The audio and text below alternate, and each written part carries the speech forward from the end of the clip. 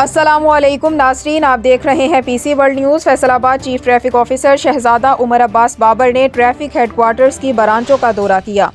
हमारे नुमाइंदे खुसूसी पाकिस्तान गुलाम दस्तगीर की तफसीलात के मुताबिक इस मौके पर उन्होंने कहा कि सिटी ट्रैफिक पुलिस की हर ब्रांच मिसाली होनी चाहिए। ड्राइविंग लाइसेंस के और दीगर ट्रैफिक के मुतल्लिका उमूर के लिए आने वाले शहरियों के साथ खुश इखलाकी से पेश आया जाए और अवाम की खिदमत में कोई कसर बाकी ना छोड़ी जाए। चीफ ट्रैफिक ऑफिसर को इस मौके पर तमाम ब्रांचों की कारकर्दगी और जिम्मेदारियों के बारे ब्रीफिंग भी दी गई। उन्होंने मज़ीद कहा कि हर ट्रैफिक सेक्टर और ट्रैफिक सर्कल भी बेहतर से बेहतर अंदाज में अपने फ़राइज़ मनसबी सर अंजाम दे और इस हवाले से किसी भी किस्म की गफलत और लापरवाही किसी सूरत काबिल बर्दाश्त नहीं। CTO ने ब्रांच इंचार्जिस को भी हिदायत की कि वो अपनी अपनी ब्रांच के मुतल्लिका फ़राइज़ की अंजामदही पर कड़ी नज़र रखें। SOPs के तहत ज़्यादा से ज़्यादा शहरियों की मदद की जाए।